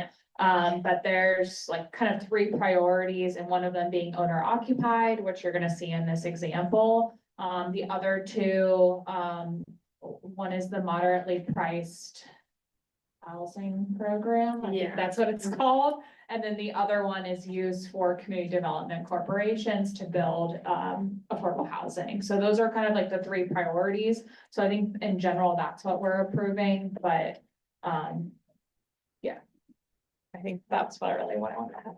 Got it. So I'm just moving this along. The motion was to approve the land bank application for 93 North Brinker with the modification that the top three windows be of the same size and the front door be centered. Is there a second?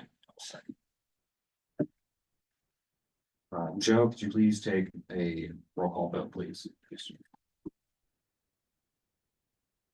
Okay, and I'll start with myself, just so I'm not always making you all vote first. I vote in favor.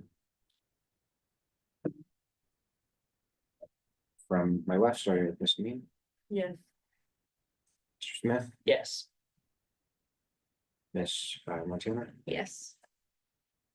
Mr. Maddox. Yes. Mr. Bates, Yes. Mr. White, Yes. Ms. Howard, Yes. Ms. Carr, I mean, yes. Ms. Caplan, Yes. Mr. Vargas, Yes. Mr. Roof, Yes. and Mr. Fagan. Yes. No opposed, no abstaining, the result is 13 in favor. Again, thank you very much. Sorry, again, this process took so long. Thank you for being here tonight. Again, thank you so much for your help earlier. I greatly appreciate it.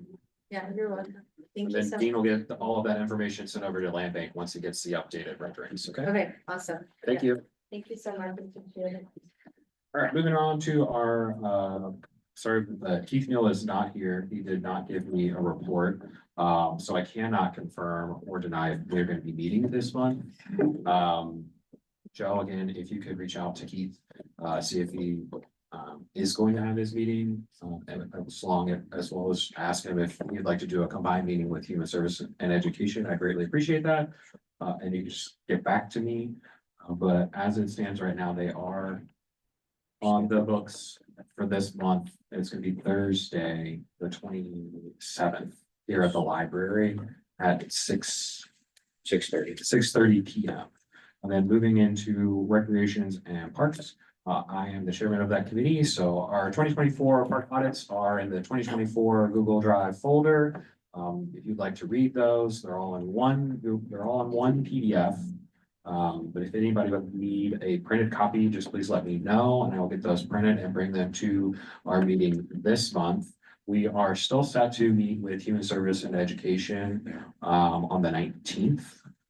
Please be advised that those meetings might move since we only meet about 4 months out of the year here at the library, and the rest of our time is spent out in our parks. So to kind of free up some space for the Human Service and Education so that they can meet with public safety, we're trying to entertain the idea of possibly meeting with planning and economic development as we talk about allocating funds to our parks and redeveloping those sites that do need fast improvements. So again, please keep an eye out on the Google Calendar and our Facebook for any meeting changes. As of right now, we do not have confirmation of city officials attending a park meeting to go over the 2024 audits, but I'm hopeful they'll be out in March. And then moving on to unfinished business, but quickly right before we get there, chairs, I do want to point out if you could potentially have the conversation around having one tangible action item for 2025. Such as, like, for example, the park audits, just be keeping in mind that's something that you can deliver on within the next couple of months or possibly the end of the year as an achievable goal for the commission, whether that's increasing community engagement through community relations. The government legislation committee is trying to push out a commissioner to one city council meeting every month for the next foreseeable months. So if you're interested in representing the Greater Hilltop Area Commission at a full city Columbus council meeting, please let me know because we'll have to get you approved and a schedule going. Again, chairs, please keep in mind of a goal for 2025. Moving on to unfinished business, we have an open seat that we need filled. I do have 2 people that have reached out to me about their interest in this seat. So I'd like to introduce, believe this is how this process is going to go. I'm going to introduce one of them one at a time. They please come up to the podium, introduce themselves, tell us where you live, what you do, and briefly why you're interested in the open seat. So I'm gonna start with Rochelle McKee. Renette McKee. Sorry, I am not the greatest with names, so please don't scold me too hard. Yeah. Excuse me just a minute. I think I'm the second applicant, Carl Patel. Yes. I'm going to withdraw my application. Okay, well, thank you so much for being here tonight and thank you for participating. There's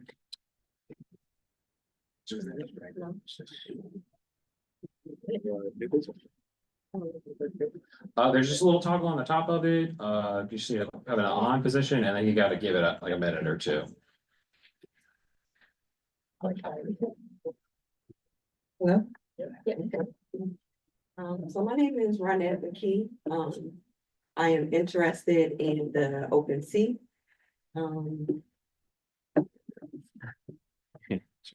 I am a Hilltop resident and a homeowner. My kids attend school in the Hilltop, Westgate Elementary. My daughter also graduated from West High School. For the past 12 years, I've actually been a family ambassador. That's a liaison at Hilltonia Middle School. In that role, I basically advocate for the families and help them basically advocate on behalf of their student success and also link them to community resources. I've served on numerous committees that revolve around student education and building relationships in the community.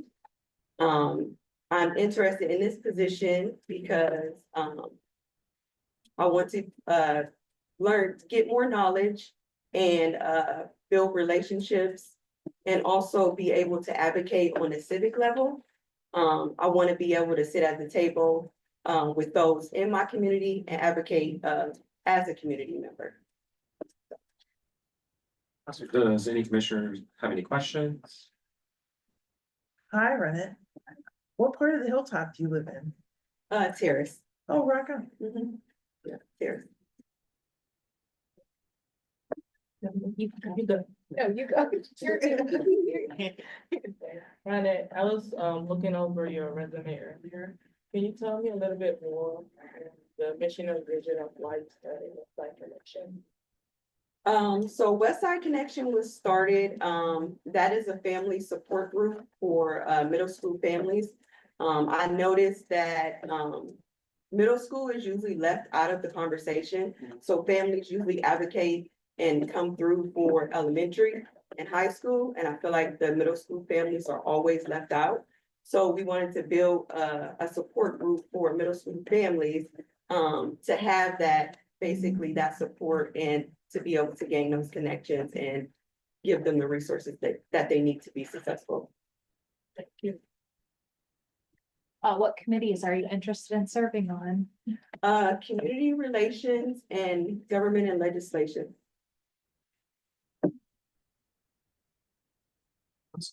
Thank you so much. Do any other commissioners have any applicants that they'd like to nominate for the open position?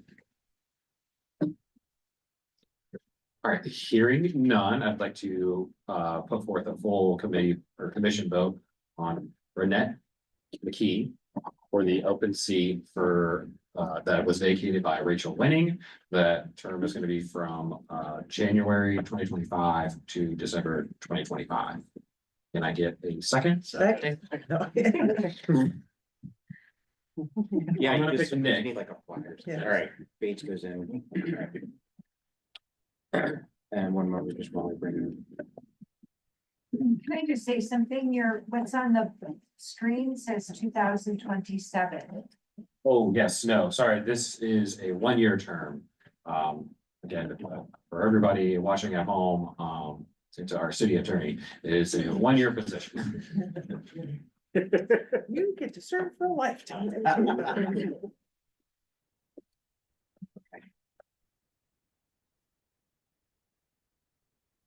We are gonna start the roll. And I'm gonna try to go in alphabetical order. I'm just trying to make it It's very possible as we go through. So, Ms. Amin, have you been? Yes. Ardra is yes. See it, Bates, Yes. R. Well, Oh, Vargas, yeah, Really, yeah. Commissioner, I agree. All approved, yes. Okay. Commissioner Carr, Yes. let's see, this is gonna be too difficult, so I'm just gonna go over here. Yes. Montana, Yes. I had it in alphabetical order and then I deleted it. Commissioner Maddox. Yes. Commissioner White, Yes. Commissioner Howard, Yes. Commissioner Kepler. yes. Commissioner Ruth Yes. and Commissioner Fagan. Yes. Okay. Awesome. Congratulations. You can just hang out a little bit after the meeting, so with me, you and OLBC can have a quick conversation, and then we can get you right on out of here. So moving along, the next thing we have is gonna be under new business. Again, please, committee chairs, next Tuesday here at the library, we're gonna be having a discussion about the budget for 2025 and 2026. Again, commissioners, keep in mind that next month, the full commission will be voting on whether or not to participate in the citywide election. And before we adjourn, does anybody have anything I might have missed? I just have a quick question. Yes. Point of clarification. Is the zoning the last Thursday of the month, or is it with liquor on Wednesday? What did I say? Hold on. Zoning is moving February, right? Zoning is the last Wednesday of the month. It's a Wednesday, so, okay, so they are still together then, that's right. Yeah. Okay, Yes. thank you. Did I 26th. misspeak I earlier? think it's a Thursday or. Oh, I'm sorry. Somewhere I wrote that, yeah. And if you ever, anybody at home too, ever questions, the meeting dates, our Google Calendar stays pretty up to date. And so if you ever, I always just add that to my phone, a quick, easy way for me to stay on top of when we're meeting. And with that, I'm gonna adjourn the February 4th full commission meeting. Second. Second. All those in favor? Aye. We're adjourned.